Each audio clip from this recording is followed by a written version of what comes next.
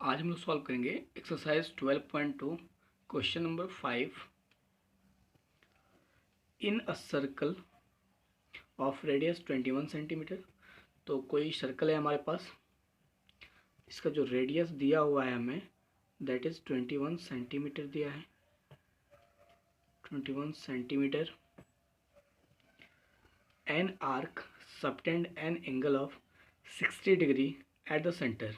Suppose ये हमारा circle है, ये सर्कल है हमारे पास।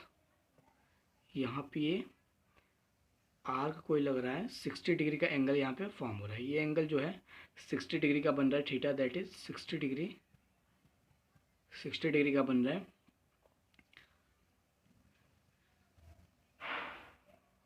तो फर्स्ट पूछा है फाइंड लेंथ ऑफ आर्क। तो इस आर्क का लेंथ बताना है कितना होगा। ये जो एंगल थीटा से जो आर्क बन रहा है दैट इज ए बी, इसका हमें लेंथ बताना है कि लेंथ कितना सेंटीमीटर का है। तो हम लोग जानते हैं लेंथ ऑफ आर्क, जो इसका हमने फॉर्मूला देखा था, length of arc is equal to theta upon 360 2 pi r. तो यहाँ जो थीटा का वैल्यू दिया है 60 डिग्री दिया है, तो 60 डिग्री पुट करते हैं, नीचे 360 और ये 2 पाई का वैल्यू हो जाएगा 22 अपॉन 7। रेडियस का वैल्यू 21 दिया है, 21 रखते हैं। इसको कैंसिल करेंगे तो 6 टाइम में कैंसिल हो जाएगा।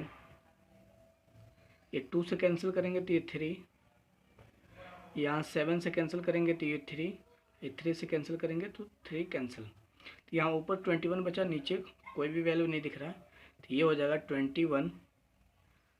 और लेंथ ऑफ आर, लेंथ है तो यहाँ पे यूनिट होगा सेंटीमीटर, रेडियस सेंटीमीटर में है, तो ये आर्क का भी लेंथ सेंटीमीटर में हमें मिलेगा। तो हमने कैलकुलेट किया फर्स्ट लेंथ ऑफ आर्क। अब हम लोग सेकेंड कैलकुलेट करेंगे area of sector form by the arc. यहाँ बोल रहा है कि area of sector form by the arc, ये जितनी एरिया यहाँ पे दिख रहा है इसके अंदर 2 रेडियस और एक आर्क के बीच में जितना रेडियस है, जितना एरिया है, इसको हम लोग बोलते हैं एरिया ऑफ सेक्टर। तो हम लोग सेकेंड कैलकुलेट कर लेते हैं एरिया ऑफ सेक्टर।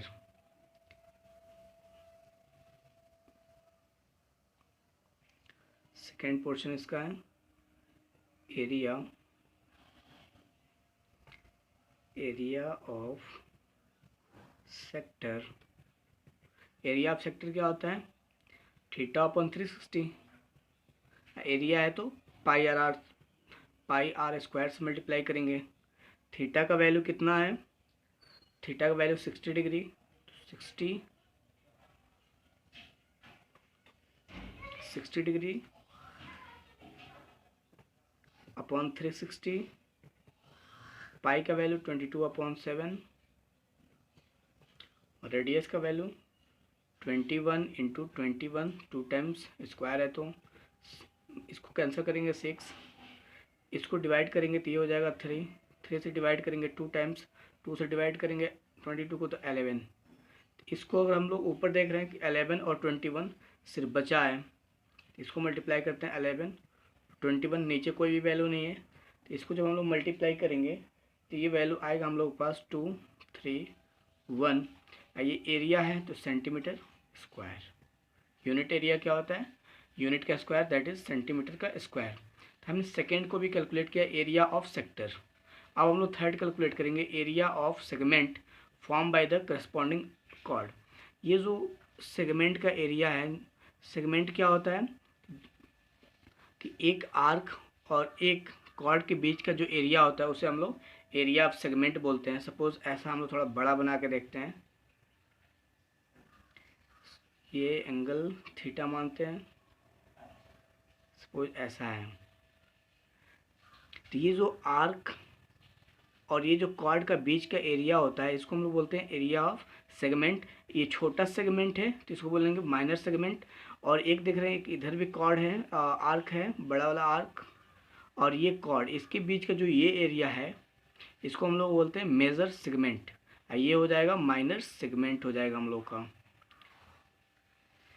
तो फिर इसको हम लोग कैलकुलेट करते हैं। इसको कैलकुलेट करने का तरीका क्या होता है कि ये टोटल एरिया ऑफ सेक्टर है, तो एरिया ऑफ सेक्टर से एरिया ऑफ ट्रायंगल को हम लोग माइनस कर देंगे तो हम लोग को मिल जाता है एरिया ऑफ सेगमेंट। ये 60 डिग्री का है यहाँ पर, तो इसको हम लोग कैलकुलेट करते हैं। Area of segment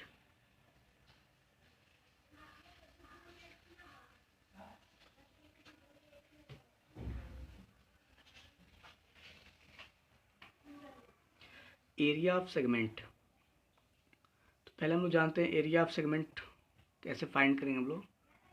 area of segment is equal to होगा, एरिया ऑफ सेगमेंट क्या होगा, एरिया ऑफ सेक्टर, ये पूरा ये सेक्टर हो गया, एरिया ऑफ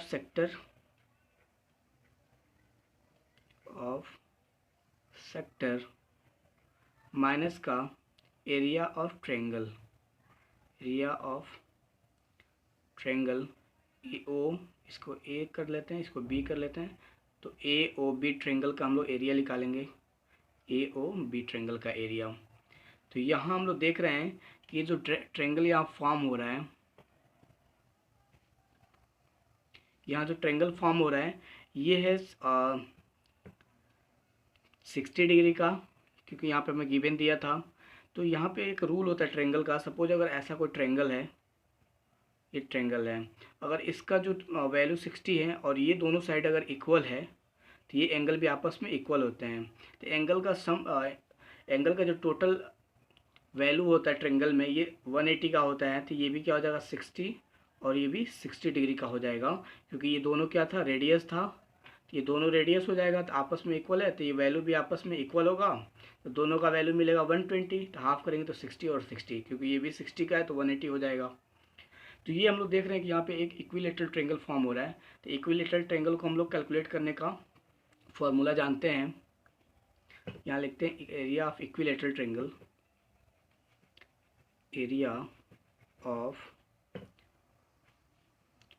इक्विलेटरल ट्रायंगल ये होता है √3/4 साइड का स्क्वायर। तो √3 का वैल्यू, √3 लिख लेते हैं, ये 4, साइड कितना है, साइड मीन्स रेडियस है साइड, तो रेडियस का वैल्यू 21 सेंटीमीटर, साइड का स्क्वायर करेंगे 21 × 21, तो ये वैल्यू हमारे पास आएगा √3/4, 21 का स्क्वायर करेंगे तो ये हो जाएगा 441 हो जाएगा। तो ये हमें मिला एरिया ऑफ ट्रायंगल। तो अब इस इक्वेशन में रख लेते हैं area of segment is equal to area of sector, तो यहाँ लिखते हैं एरिया ऑफ सेगमेंट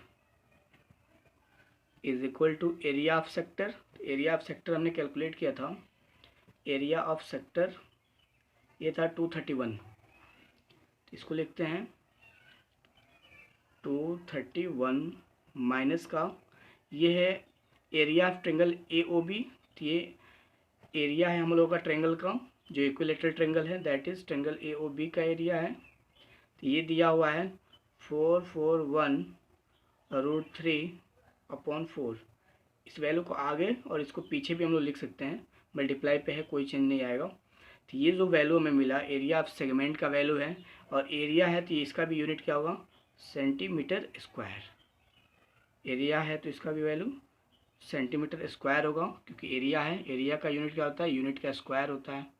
तो ये हमने क्वेश्चन 5 को सॉल्व किया। अब हम लोग देखेंगे क्वेश्चन नंबर 6 को।